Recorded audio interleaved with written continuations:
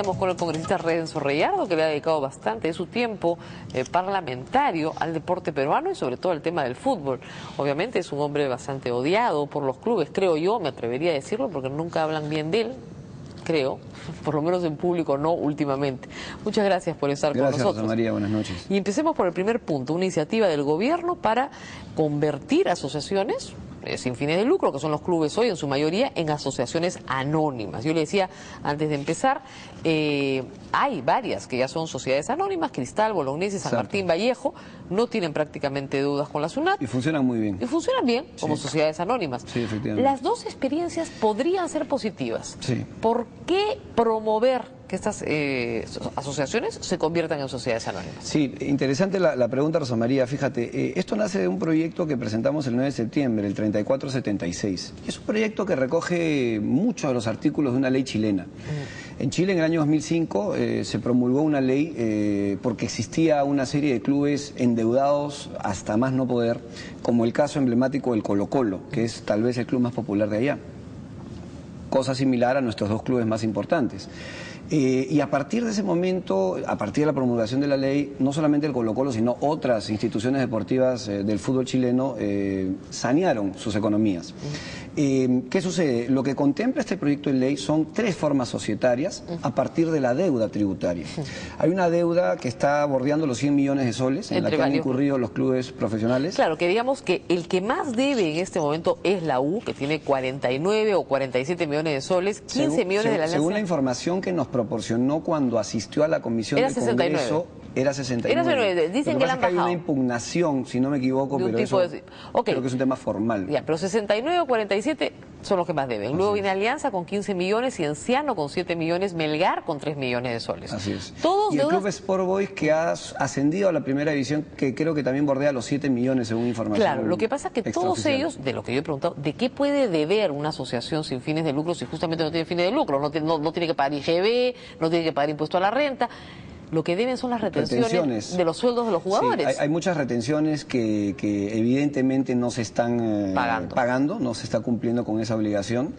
Que nunca se pagaron. Y que aparentemente pues no se habrían pagado en los últimos años, ¿no? No, es una irresponsabilidad espantosa. Es una irresponsabilidad espantosa y es que eso lo permite la forma societaria, Rosa María, porque los directivos de las instituciones simplemente cometen una serie de, yo no diría irregularidades, pero descuidos de la economía de la institución. No es suyo, se acaba su mandato, se van a su casa y el club se endeuda y hoy estamos en esta situación, ¿no? Ahora bien, ustedes han pensado en un proyecto entonces para las empresas, para crear incentivos, para las asociaciones que tienen deudas tributarias. Sí, es para las asociaciones que tienen efectivamente deuda tributaria, porque es a partir de eso. Claro, porque la que quiere... Que se les puede exigir, exactamente. Porque la que quiere hoy puede ser sociedad anónima. Hay libertad y ahí hay una discrepancia con otros congresistas que presentaban proyectos de ley que exigían que se conviertan en sociedades anónimas, por ejemplo. Y eso, hasta donde yo entiendo, no es constitucional, porque no se le puede obligar a una empresa o a una persona jurídica adoptar una forma. A exigirle que se convierta necesariamente en una asociación anónima. Entonces, lo que nosotros planteamos es, señores, a partir de la deuda tributaria, vamos a exigir a estas instituciones que se formalicen, que de alguna manera se manejen responsablemente, que saneen sus economías. Lo que nosotros estamos tratando de hacer finalmente es un salvataje para que las instituciones no desaparezcan. Entonces, usted ha dicho, hay tres formas, pero a mí lo que me ha llamado la atención, y yo creo que mucha gente se va a quejar, les van a dar a los que acepten un fraccionamiento de 20 años. Sí. Eso es una raza, discúlpeme, todos los peruanos queremos un fraccionamiento. Y esa es la propuesta del Ejecutivo. Nosotros habíamos planteado en nuestro 30 años, 10 años más. ¿Por qué? Porque nosotros, como te dije al principio, nos basamos en lo que desarrolló Chile. Y en Chile funcionó muy bien con los 30 años. Nosotros simplemente hemos mandado el proyecto de ley para recibir opiniones de Economía y Finanzas, de la SUNAT, y entonces esto es el que ha llegado finalmente el Ejecutivo. Que se parece mucho. Que se parece mucho y que plantea lo de los 20 años, que en realidad es un consensuado, porque lo hemos estado trabajando con los asesores de la oficina del ministro de... Todos los peruanos queremos 20 años de funcionamiento. Porque no creemos, Rosa María, y esto es un tema estrictamente social, el tema del fútbol atañe ya a millones de peruanos, y eso creo que ahí no hay dudas.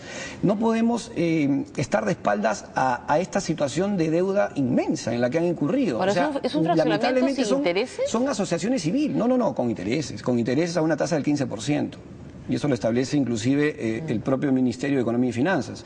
Pero lamentablemente son asociaciones civiles que no son empresas y que están en una situación crítica. El fútbol es un fenómeno de masas, que es un negocio lucrativo en todas partes del mundo, menos en el Perú. Por eso es que el proyecto de ley también contempla que aquellos que quieran incursionar en el fútbol y patrocinar algún club deportivo tienen que ser sociedades anónimas. Toda aquella institución que quiere entrar por primera vez al sector, sociedad anónima. Eso se exige en la ley, a partir de ahora.